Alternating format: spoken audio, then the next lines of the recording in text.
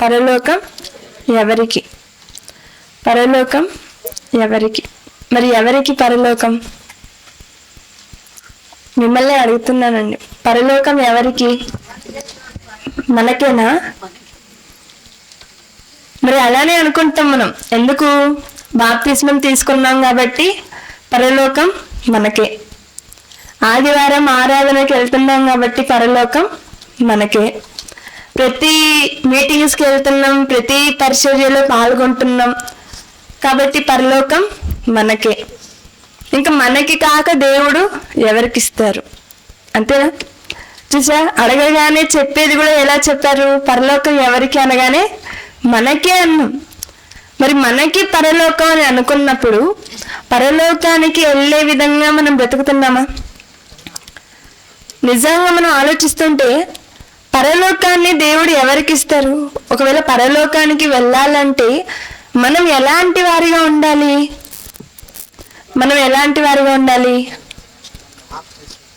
ఎలాంటి వారిగా ఉండాలండి పరలోకానికి వెళ్ళాలంటే? మీరు చెప్తేనే నేను ముందుకెళ్తా. పరలోకానికి వెళ్ళాలంటే మనం ఎలా ఉండాలని దేవుడు చెప్పాడు? పరిశుద్ధులుగా ఉండాలి, దేవుని చిత్తాను ప్రకారంగా బ్రతకాలి, పాపం చేయకూడదు, ఇంకా జీవగ్రంథమందు పేరుండాలి, ఇంకా మరి భయభక్తులుగా ఉండనవసరం లేదా? ప్రాధాన్యంగా మనకు ఉండవలసిందే భయభక్తులు ఉండాలి మనకు. అలా మనం భయభక్తులు కలిగి ఉన్ననాడే మనం ధైర్యంగా చెప్పుకోవచ్చు పరలోకాన్ని దేవుడు నాకు ఇస్తాడు అని. మరి ఇంతకీ భయభక్తులు అంటున్నాం కదండి. మరి ఈ పదం వినగానే ఇవి జంట పదాలుగా మనకు కనిపిస్తూ ఉంటాయి. మరి మామూలుగా జంట పదాలు అని కొన్ని ఉంటాయి. ఏంటవి జంట పదాలు? తల్లిదండ్రులు, సుఖ దుఃఖాలు, వెలుగు చీకటి, మంచి చెడు, ఇంకా పరువు ప్రతిష్ట, ఇలా జంట పదాలు మనకు కనిపిస్తూ ఉంటాయి. అలానే బైబిల్లో మనం చూస్తున్నప్పుడు ఎక్కడ మనం చూసినా భయము భక్తి అని ఉంటుంది, అనగా భయభక్తి అని ఉంటుంది.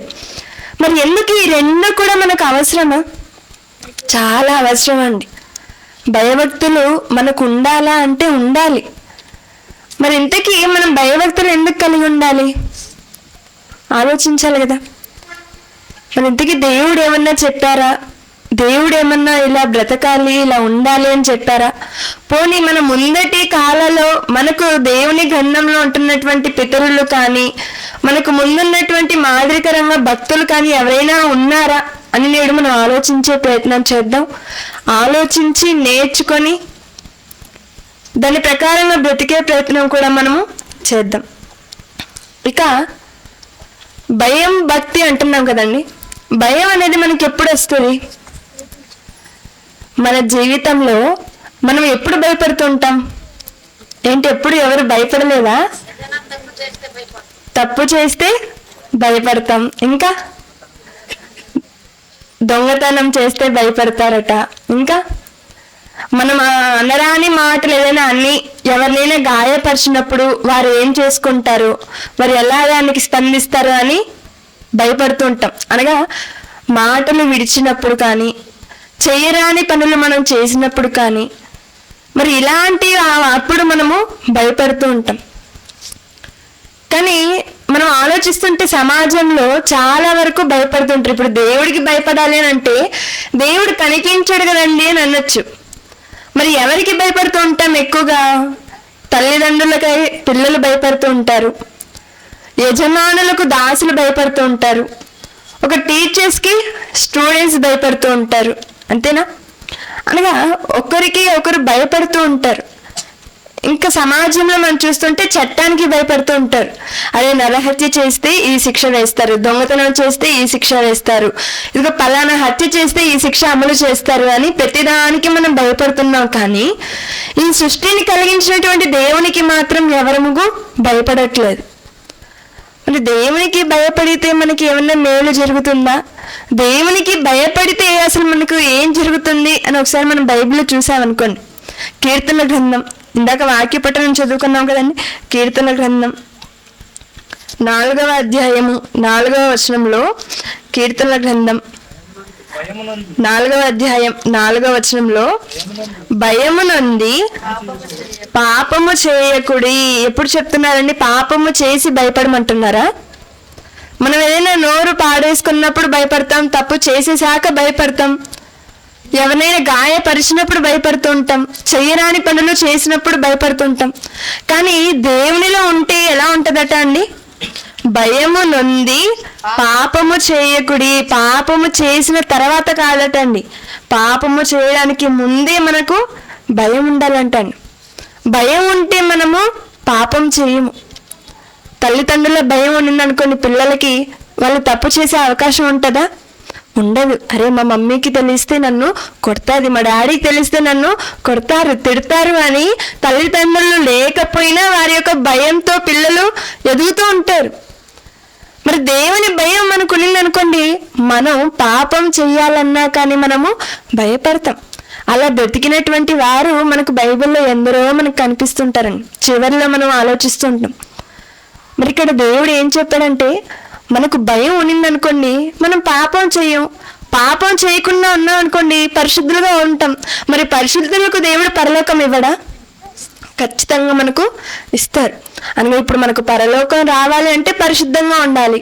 పరిశుద్ధులుగా మనం ఉండాలి అంటే పాపం చేయకుండా మనం బ్రతకాలి. ముందు పాపం చేయకుండా ఉండాలంటే మనకి ఏం ఉండాలట అండి?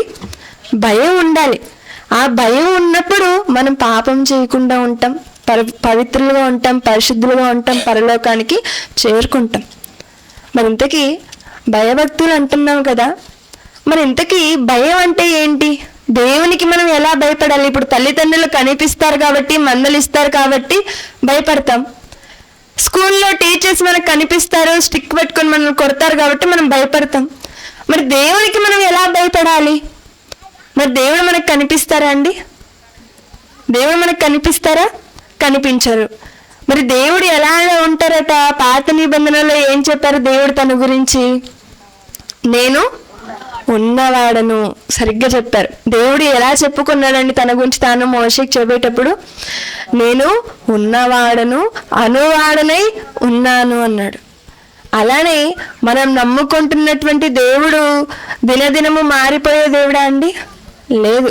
ఆయన అట నిన్న నేడు రేపు ఏకరీతిగా ఉండేవాడట. అనగా మార్పు చెందని దేవుడు మన దేవుడు. మరి దేవుని నమ్ముకుంటున్నటువంటి మనం ఎలా ఉంటున్నాం? మనం కూడా మార్పు చెందని వారంగా నిన్న నేడు రేపు ఒకేలా ఉంటున్నామా? మన గురించి ఎలా చెప్తారండి? నువ్వు ఎప్పుడు ఎలా ఉంటావో ఎవరికి తెలియదు అంటారు, అర్థం కాదు అంటారు, గజని అంటారు, అపరిచితుడు అంటారు. ఏంటి మనల్ని ఇన్ని అంటున్నారు ఏంటి? కానీ మనం నమ్ముకున్న దేవుడు, మనల్ని కన్న దేవుడు ఎలా ఉన్నాడు? ఆయన మార్పు చెందకుండా నిన్న నేడు రేపు ఏకరీతిగా ఉంటున్నటువంటి ఆయనకు మనం భయపడాలి అంటే ఎలాగా? అందుకే ఒకసారి యోహాను సువార్తలో ఉంటది, మరి దేవుడు ఆత్మ గనుక ఆయనను ఆరాధించేవారు కూడా ఆత్మతోనూ సత్యముతోనూ ఆరాధించాలి అన్నారు కదా. అనగా దేవుడు కనిపించరు, కనిపించని దేవుని మనం ఎలా ఆరాధించాలి, ఆయనకి ఎలా భయపడాలి అంటే మన హృదయంతో ఆత్మగా ఉన్నాడు కాబట్టి మనం కూడా ఆత్మతోనూ సత్యంతోనూ ఆరాధించాలి. ఆయన ఉన్నవాడు. మరి తల్లిదండ్రులు కొంచెంసేపు ఉంటారు, వెళ్ళిపోతారు. టీచర్స్ స్కూల్లో మాత్రమే ఉంటారు.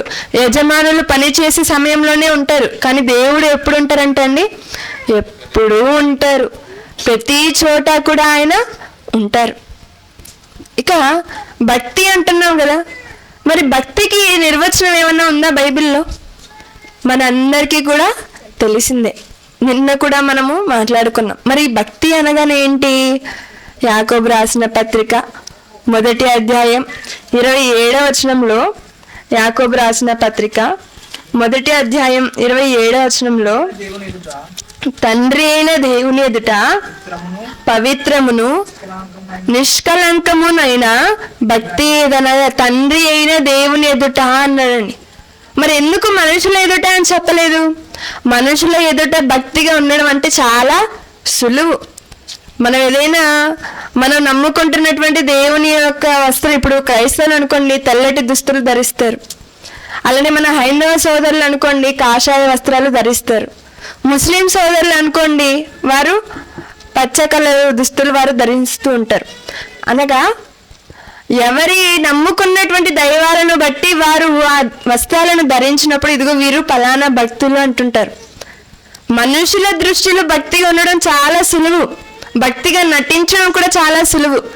కానీ తండ్రి అయిన దేవుని ఎదుట మనం భక్తిగా ఉండాలి అని అంటే ఎలా ఉండాలో తెలుసా అండి?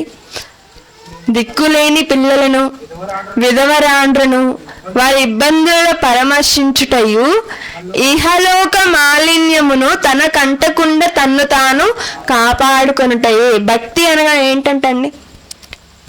పిల్లలను చూసుకోవాలట, దిక్కులేని వారిని చూసుకోవాలంట. ఇది మాత్రమే కాకుండా ఇహలోక మాలిన్యము తన కంటకుండా తన్ను తాను కాపాడుకోవాలంటండి.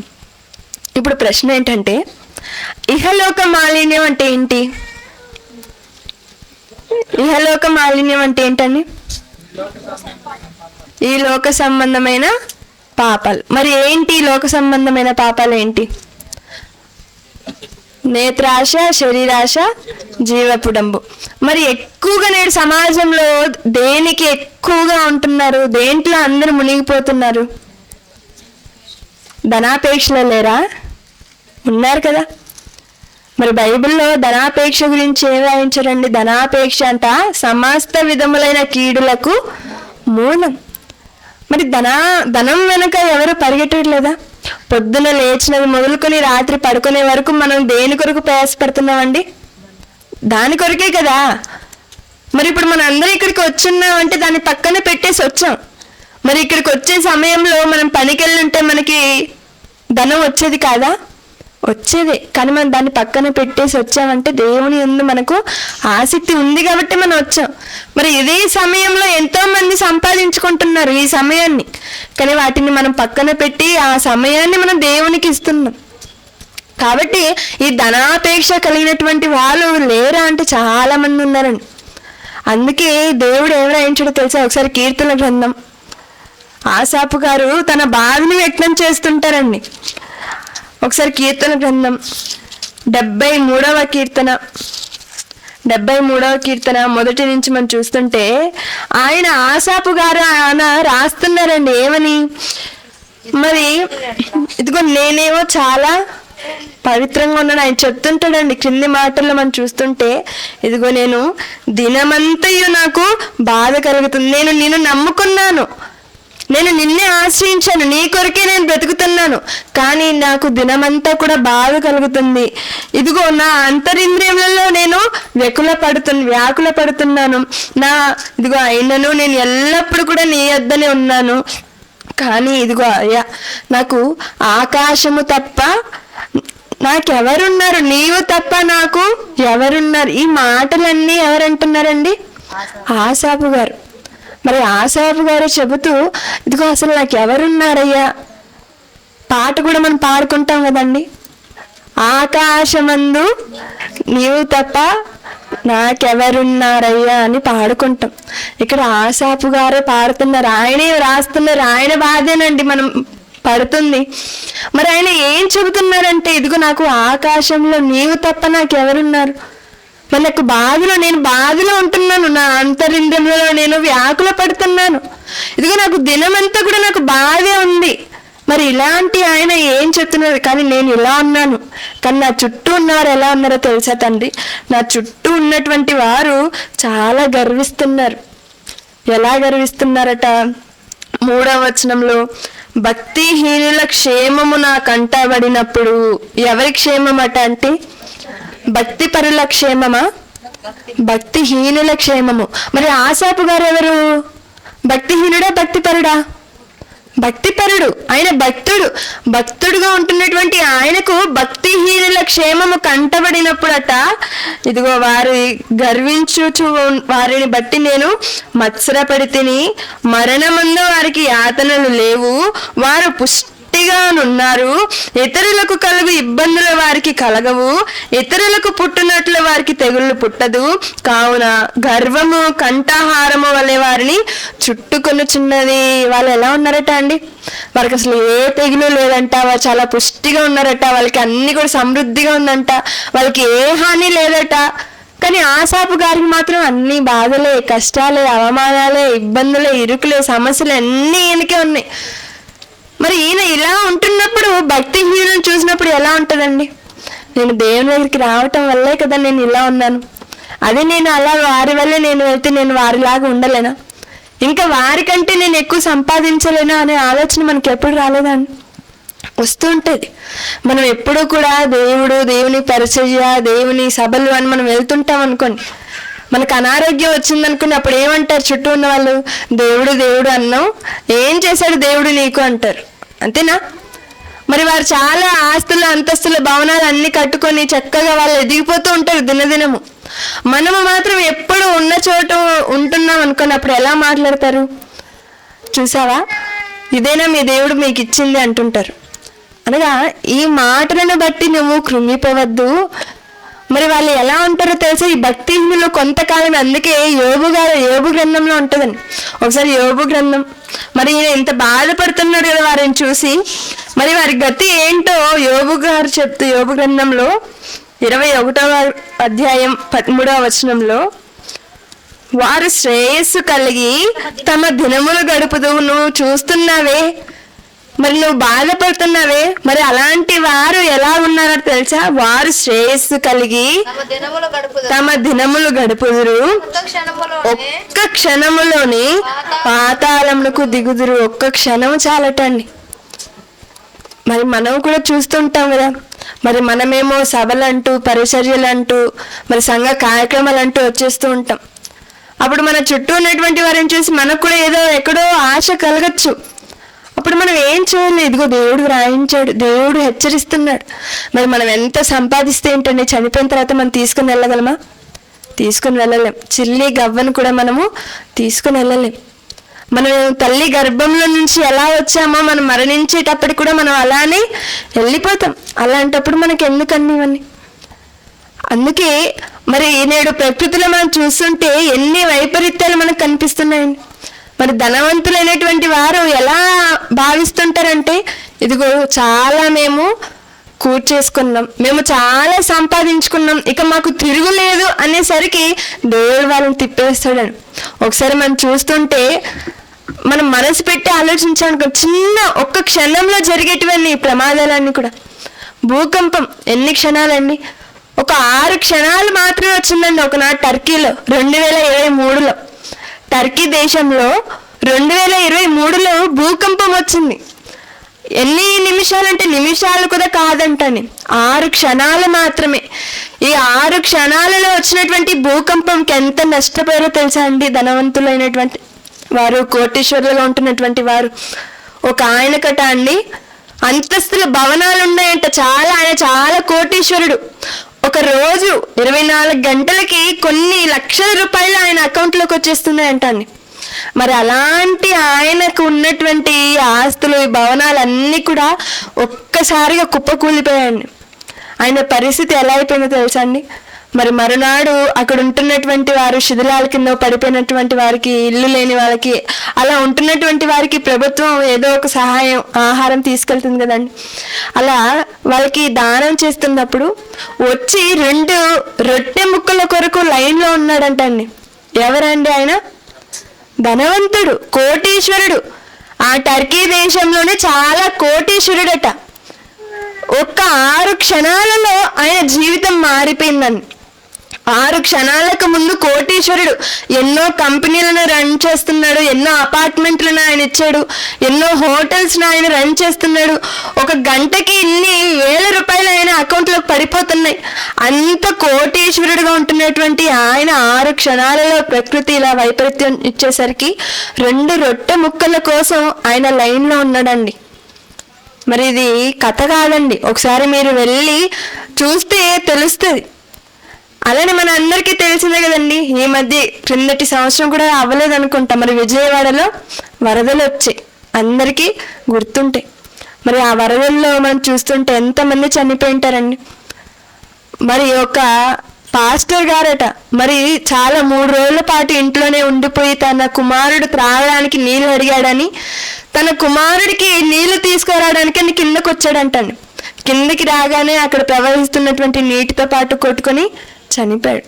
ఇలా ఎంతో మంది మరణించేశారు. కానీ ఆ సందర్భంలోనే ఒక సాఫ్ట్వేర్ ఉన్నాడండి, ఒక వ్యక్తి. ఎంత అంటే ఒక నెలకి 1,50,000 జీతం, చాలా క్రెడిట్ కార్డ్స్ ఉన్నాయి, చాలా డబ్బు ఉంది. కానీ ఒక్క ఆహారం పొట్లం కొరకు అడుక్కుంటున్నాడండి. ఇదిగో మాకు కావాలి, మా కుటుంబానికి కావాలి అని. అంటే మనం ఏదో సంపాదించాలి, ఏదో మనం సాధించాలి, మనం ఏదో కూడబెట్టుకోవాలి అని మనం వెళ్ళామనుకోండి, మరి ఇలాంటి పరిస్థితులు మనం చూస్తున్నప్పుడు, ఇలాంటి పరిస్థితులు మనకు జరిగినప్పుడు అప్పుడు మనం ఏమైపోతుందో, మనం సంపాదించుకున్నవన్నీ ఏమైపోతాయి.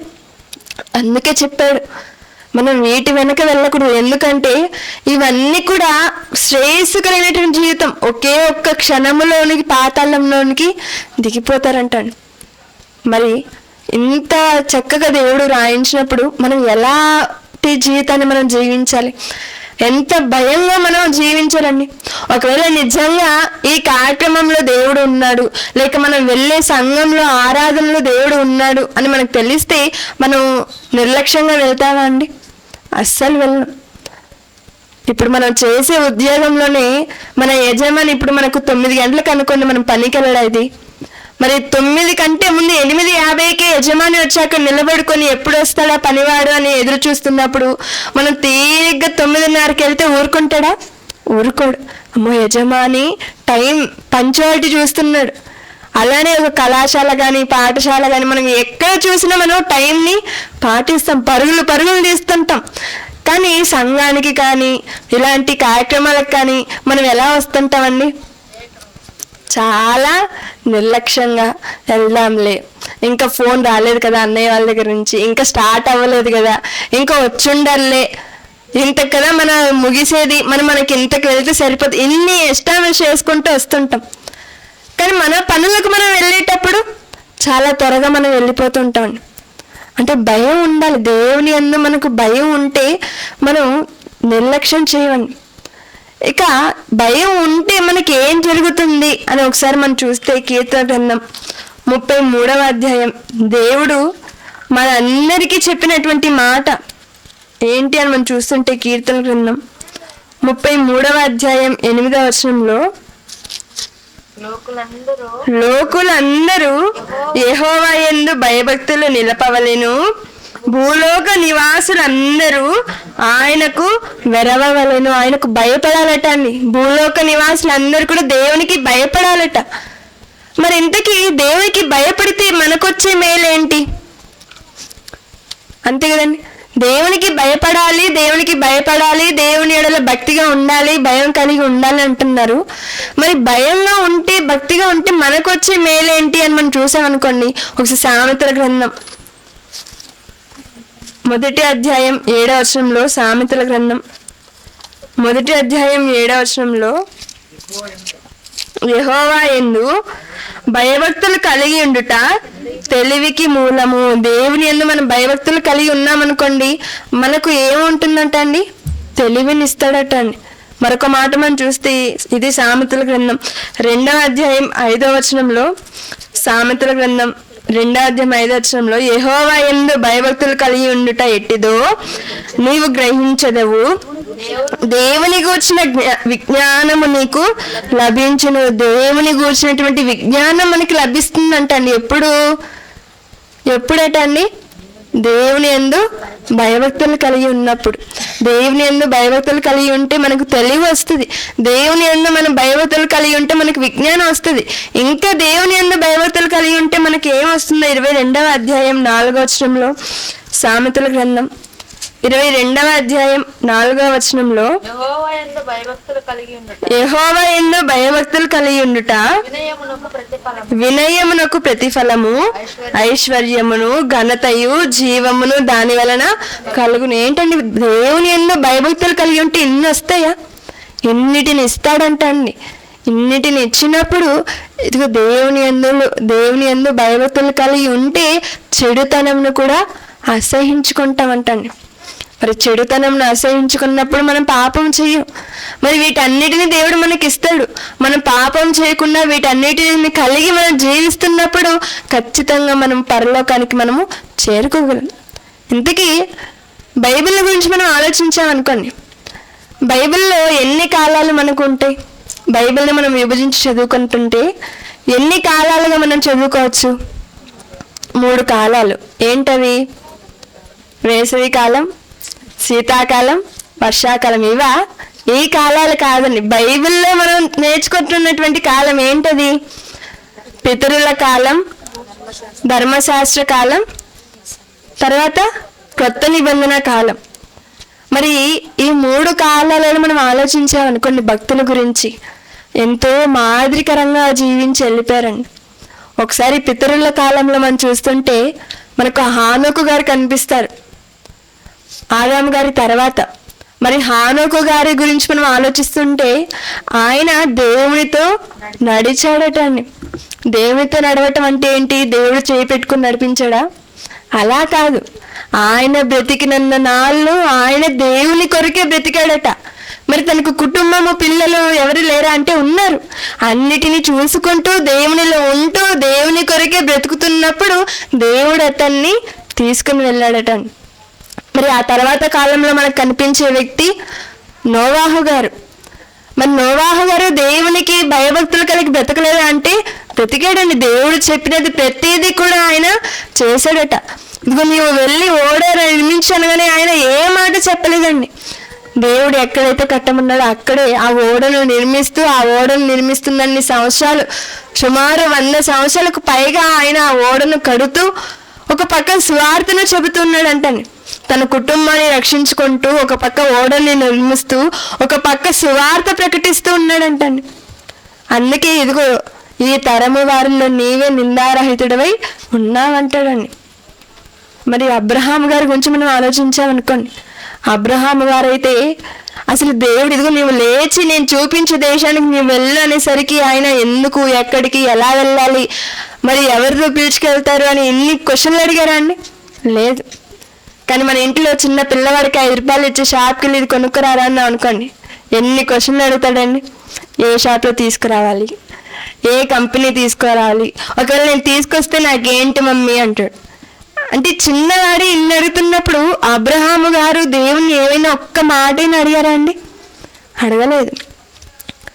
ఇక అందుకే ఆయన విశ్వాసులకు అసలు విశ్వాసానికి ఆధారమే లేని ఆ కాలంలో కూడా ఆయన విశ్వాసం కలిగి ఉన్నాడట అండి.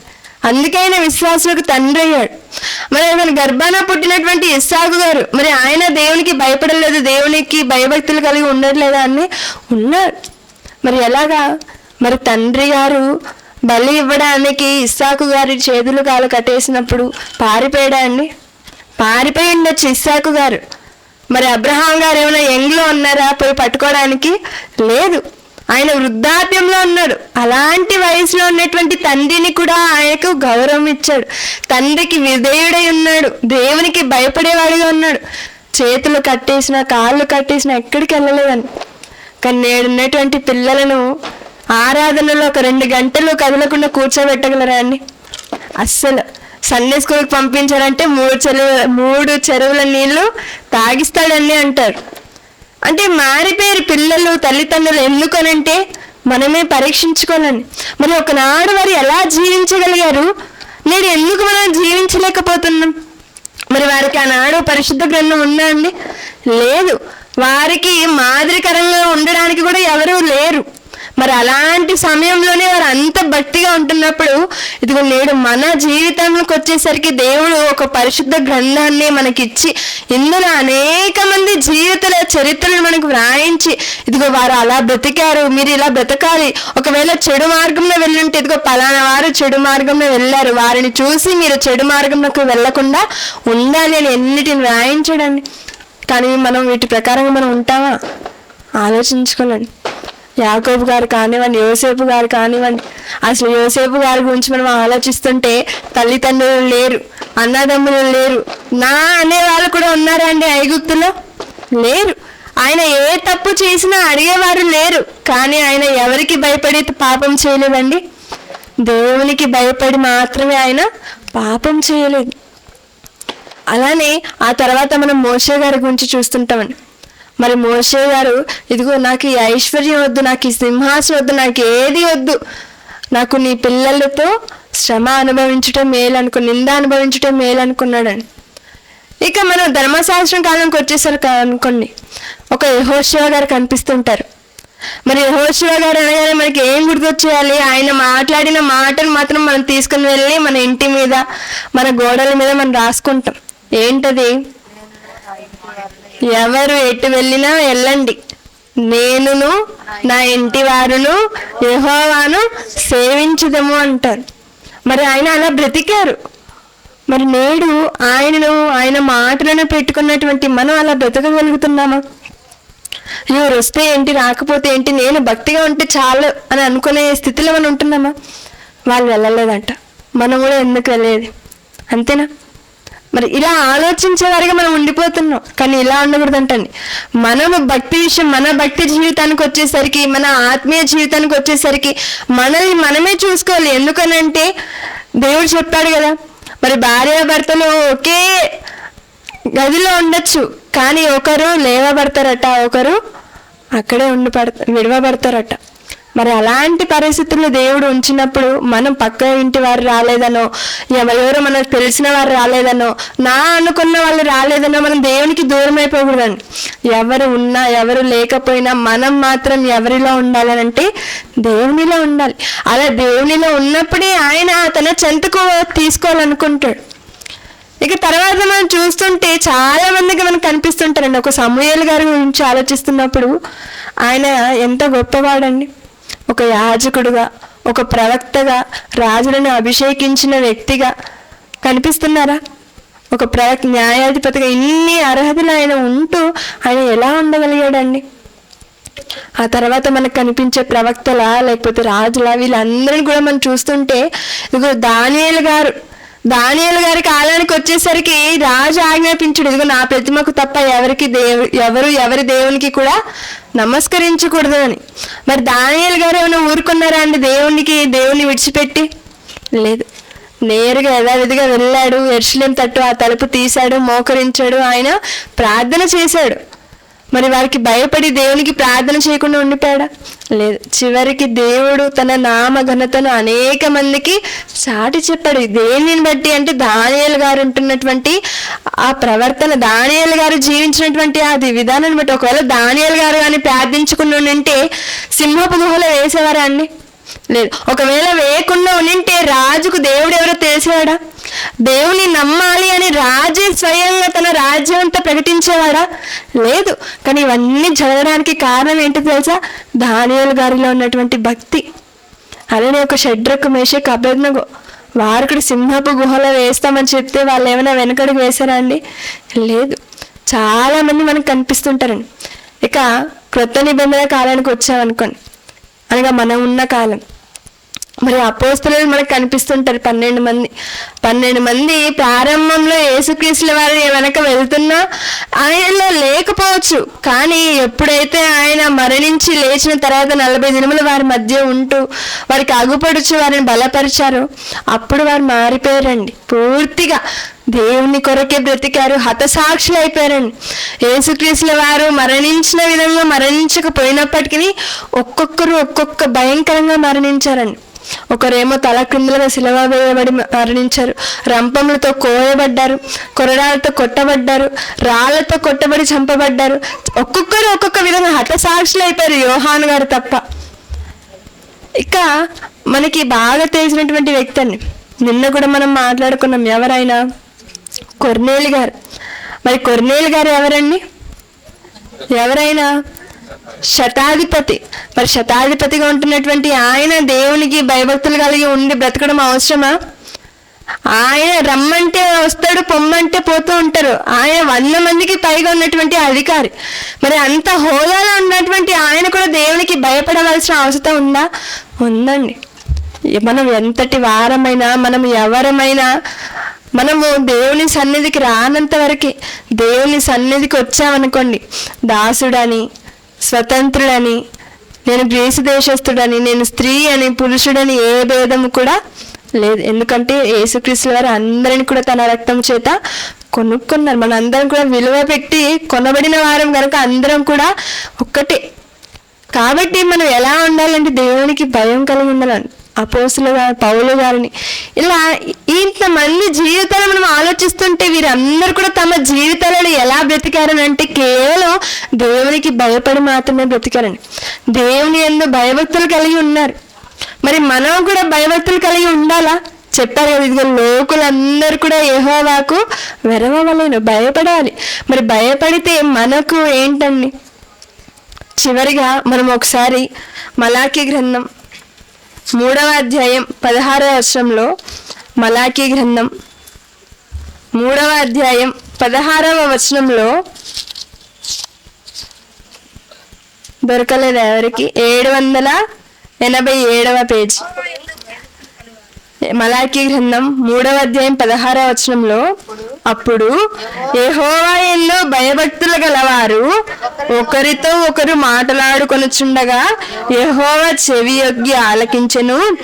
మరియు యెహోవా యందు భయభక్తులు కలిగి ఆయన నామము స్మరించుచు ఉండు వారికి జ్ఞాపకార్థముగా ఒక గ్రంథము ఆయన సముఖమునందు వ్రాయబడెను. ఎంత గొప్ప ఘనతనిచ్చాడని! దేవుని యందు భయభక్తులు కలిగి ఉన్నటువంటి వారిని ఆయన నామము స్మరిస్తూ ఆయనకు భయభక్తులు కలిగి మనం ఉంటున్నప్పుడు ఆయన సముఖమునందు ఉన్నటువంటి గ్రంథంలో ఎవరి పేర్లు ఉంటాయటండి? మన పేర్లు ఉంటాయండి. జ్ఞాపకార్థంగా ఆయన రాసుకుంటాడంట. ఇదిగో నా కుమార్తె నా కొరకు బ్రతుకుతుంది, ఇదిగో నా కుమార్తె నా కొరకు పరిచర్య చేస్తుంది, ఇదిగో నా కుమారుడు నా కొరకు కష్టపడుతున్నాడు. ఇలా మనం దేవునికి భయభక్తులు కలిగి బ్రతుకుతున్నప్పుడు మన పేర్లు ఆయన గ్రంథంలో రాసుకుంటాడంటండి. మరి నేడు మనం భయభక్తులు కలిగి ఉన్నామా? ఆలోచించాలి. భయం భక్తులు కలిగి ఉన్నామనుకోండి, మనకు ఎవరు కూడా ఏ పని పిలిచి మనకు చెప్పవలసిన అవసరం మనకు లేదు. ఇది చెయ్యాలి, ఇది తీయాలి, మరి ఇలాంటివి ఏవి ఎవరు చెప్పని అవసరం లేదండి. ఎప్పుడు అంటే మనకు భక్తి ఉన్నప్పుడు, భయం ఉన్నప్పుడు మనం పాపం చేయము. మనం భక్తిగా ఉన్నప్పుడు మనము దేవుని పని చేసేదాంతో ముందుంటాం. మరి నేడు మనం చూస్తున్నాం అనుకుని ఈ కార్యక్రమాన్ని ఇక్కడ నిర్వహించడానికి దీని వెనక ఎవరు లేరా? మనం ఏదో వచ్చే 1 గంట కూర్చున్నాం, దేవుని మాటలు విని వెళ్ళిపోవడం ఏది కాదండి. మనం వచ్చామనంటే మనం ఖాళీ హృదయంతో వచ్చి మనం వెళ్ళే లోపు మనం హృదయం అంతా కూడా దేన్ని నింపుకొని వెళ్ళాలో తెలుసా అండి? పలానా వాళ్ళు పలానా మాట అన్నారు, పలానా వారు నన్ను గౌరవించలేదు, మరి పలానా వారు నాకు వందనాలు చెప్పలేదు, పలానా సహోదరి నన్ను పలకరించలేదు. ఇవి కాదండి. మనం వచ్చి దేవుని మాటలను విని మనం వెళ్ళేసరికి మన హృదయం అంతా కూడా దేవుని మాటలతో నింపుకొని మనం వెళ్ళాలి. అప్పుడే మనం ఆత్మీయతలో ఎదగగలుగుతాం. మనం అలా మన హృదయం నిండా దేవుని మాటలను ఉంచుకున్నప్పుడు మనం ఏదైనా మనం తప్పుగా ఆలోచించగలమా అండి? ఆలోచించలేం. భక్తి దైవగానే మనం ఆలోచించగలం. మరి మనం ఏది చూసినా మనం ఏది చేసినా దేవునికి ప్రీతికరంగానే ఉంటుంది. మరి ఈ కార్యక్రమానికి వెనక ఎంతో మంది సహకారులు, మరి కోఆర్డినేటర్ కానివ్వండి, మరి చర్చిలో ఉన్నటువంటి స్త్రీలు కానివ్వండి, పిల్లలు కానివ్వండి, పురుషులు కానీ ఎంత కష్టపడి ఉంటారండి. మరి ఎప్పుడో లేచి ఉంటారు, వారి పనులకు వెళ్ళి ఉంటారు, పనులను ముగించుకొని అంగానికి వచ్చి మరి కార్యక్రమాలు ఇదిగో పలానా పని నేను చేస్తాను అని తీసుకొని చేసి ఇప్పుడు మన అందరం కూడా ఇక్కడ కూర్చొని విన్నాం, చక్కగా విన్నాం, రాసుకున్నాం, మనసులో ఉంచుకున్నాం, వెళ్ళిపోయాం. కానీ తర్వాత వీటన్నిటిని తీసి తర్వాత అందరికి వడ్డించి వాటన్నిటిని కూడా మరలా అన్నిటినీ శుభ్రపరిచి వాళ్ళు ఎప్పుడు వెళ్ళాలి, మరలా రేపు ఉదయం యథావిధిగా వారి పనులకు వారు వెళ్ళిపోతూ ఉంటారు. మరి ఎందుకు ఇంత ప్రయాస? ఎందుకు ఇంత కష్టపడాల్సిన అవసరం ఉందా అండి? మనం వినే ఈ 1 గంట వాక్యానికి ఇన్ని రోజుల ప్రయాస, ఇంత కష్టం, ఇంత ప్రయాస ఉండాలా? ఉండాలండి. ఎందుకు? ఒక్క ఆత్మనైనా రక్షించగలిగితే పరలోకమందున దేవుడట సంతోషిస్తాడంటాను. 99 నీతిమంతులు ఉన్నారు కదా అని ఆయన సంతోషపడాడట. మారు మనసు పొందే ఒక్క పాపి విషయమే ఆయనకు ఇంకా ఎక్కువగా ఆనందం వస్తుందంటండి.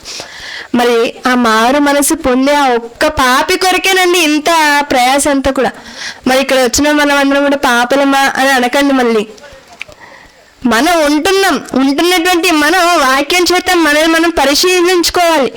మనం ఎలా జీవిస్తున్నాం, మనం ఎలా జీవించాలి, మన ముందటి తరాలలో దేవుడు వ్రాయించినటువంటి భక్తుల జీవితాలు ఎలా ఉన్నాయి, మన జీవితం ఎలా ఉంది, వీటన్నిటిని మనం సరిచేసుకుంటూ మనలాగా ఎవరైతే దేవునిలోనికి రాలేదో, దేవుణ్ణి తెలుసుకోలేదో, దేవుణ్ణి ఎరగలేదో వారికి దేవుని గురించి చెప్పి దేవుని ఎందుకు నడిపించే ప్రయత్నం మనం చేయాలండి. మరి ఇలా బ్రతికినప్పుడే మనం పరలోకానికి చేరుకోగలం. మరి పరలోకం మనకి కావాలి అంటే ఇప్పుడు ఏమేం చేయాలండి? మనం ఎలా ఉండాలి? మనం పరలోకానికి వెళ్ళాలంటే ఫస్ట్ మనం ఎలా ఉండాలి? భయభక్తులు కలిగి ఉండాలి. భయభక్తులు కలిగి ఉంటే ఏంటి లాభము? భయభక్తులు కలిగి ఉంటే ఏంటండి లాభం? తెలివి వస్తుంది, జ్ఞానం వస్తుంది, వివేచన వస్తుంది. వీటితో పాటు మనం ఏం చేయకుండా ఉంటాము? పాపం చేయకుండా ఉంటాం. పాపం చేయకుండా ఉంటే మనం ఎలా ఉంటామండి? పరిశుద్ధులుగా ఉంటాం, పవిత్రులుగా ఉంటాం. అలా ఉంటే దేవుడు పరలోకానికి మనకి ఇవ్వడా? ఖచ్చితంగా ఇస్తాడు. ఒకవేళ ఇవ్వకపోయినా, ఎందుకు ఇవ్వవు దేవా, నేను నీ కొరకు ఇంత ఉన్నతంగా బ్రతికాను కదా, నేను ఇంతమందిని నీ ఎదుకు నడిపించాను కదా, ఇంతమందికి నీ మాటను చెప్పాను కదా అని మనం అడగచ్చు. ఎప్పుడనంటే మనము పరిశుద్ధులుగా పవిత్రులుగా ఉన్నప్పుడు మాత్రమే. అలా ఉండాలి అని అంటే, పాపము చేయకుండా ఉండాలి అంటే దేవుని మాటలు మన హృదయంలో మనకు ఉండాలి. దేవునికి భయపడుతూ మనము బ్రతకాలి. మరి ఎప్పటి వరకు మనం భయభక్తులు కలిగి ఉండాలి అని అంటే, మనం మరణాంతరం వరకు కూడా మనం ఎప్పుడు కూడా దేవునికి భయభక్తులుగానే మనం ఉండాలని. అలా మనం భయంతో ఉంటూ మన భక్తిని కొనసాగించిన నాడే మన పరలోకానికి అర్హులం. కాబట్టి ఈ మాటల చేత నన్ను నేను హెచ్చరించుకుంటూ మీ అందరిని కూడా హెచ్చరిస్తూ ముగిస్తున్నాను.